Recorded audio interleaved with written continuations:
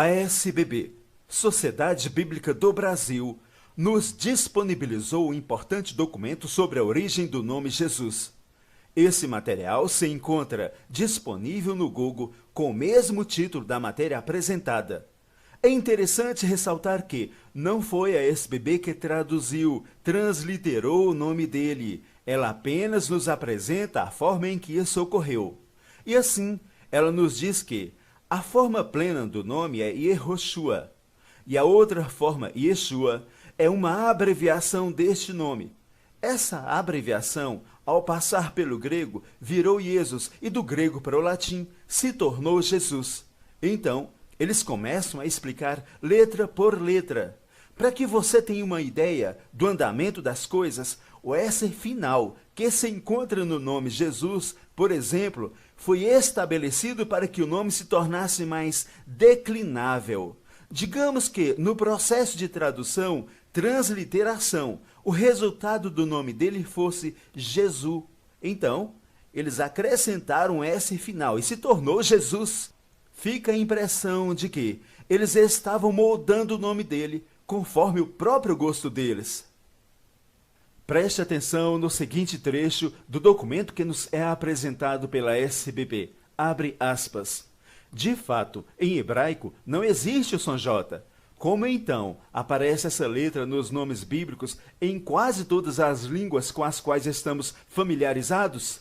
O que aconteceu foi o seguinte. Os judeus da dispersão, empenhados em traduzir as escrituras hebraicas para o grego, a Septuaginta, não encontraram nessa língua uma consoante que correspondesse ao iode do hebraico.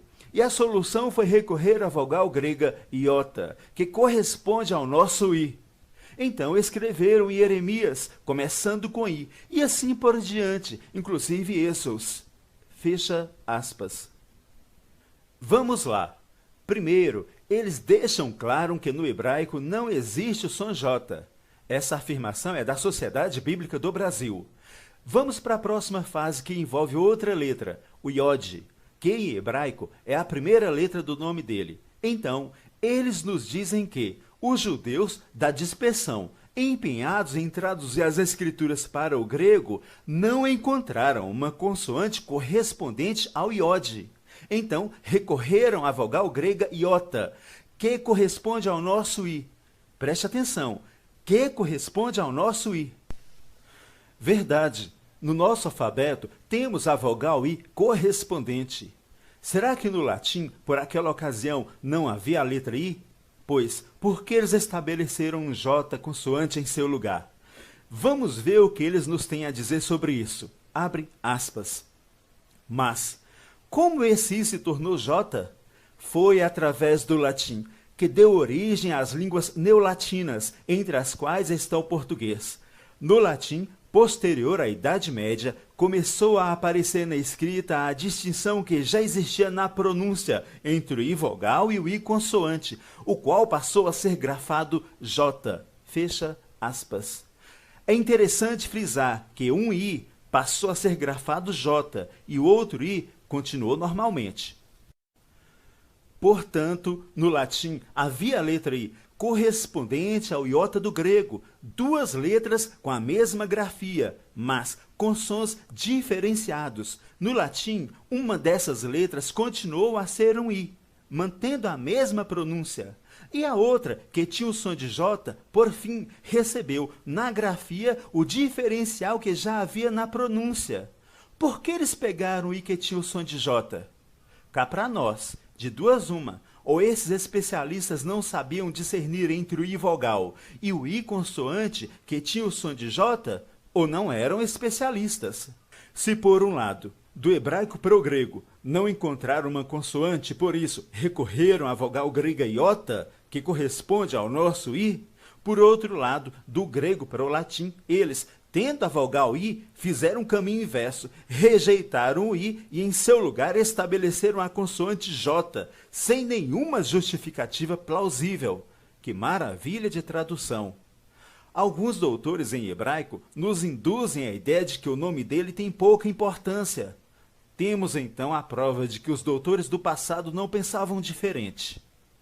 podemos ver que algumas letras não têm nada a ver com o nome dele. Ressaltamos a letra J inicial e o S final. Se alguém acha que isso não faz diferença, tente mudar a letra inicial e a letra final do seu nome principal.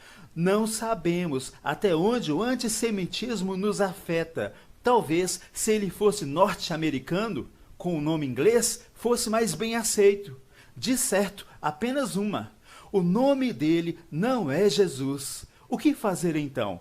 Voltar ao hebraico antes de toda essa confusão grego-latina.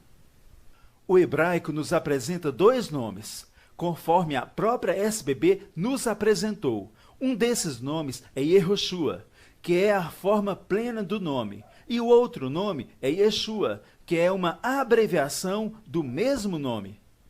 A abreviação Yeshua significa salvação e, de alguma forma, omitiu a referência ao tetragrama, enquanto o nome completo Yehoshua significa YHWH é salvação.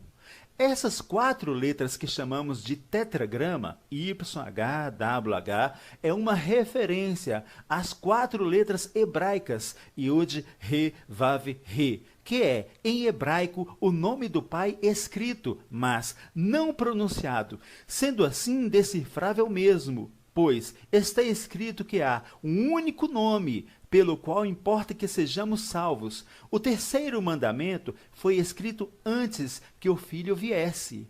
Ele não recebeu o nome para concorrer com o terceiro mandamento, mas seu nome deveria dar tanto permanência quanto validade ao terceiro mandamento.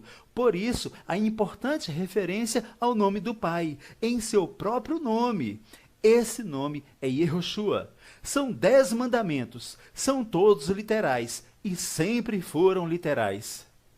E quanto aos outros nomes que aparecem por aí? Sobre esses outros nomes nem precisa falar muito. A questão séria e concreta se encontra exclusivamente entre esses 2 nomes originalmente hebraicos, Yeshua, que é uma abreviação do nome em sua plenitude, e Yehoshua.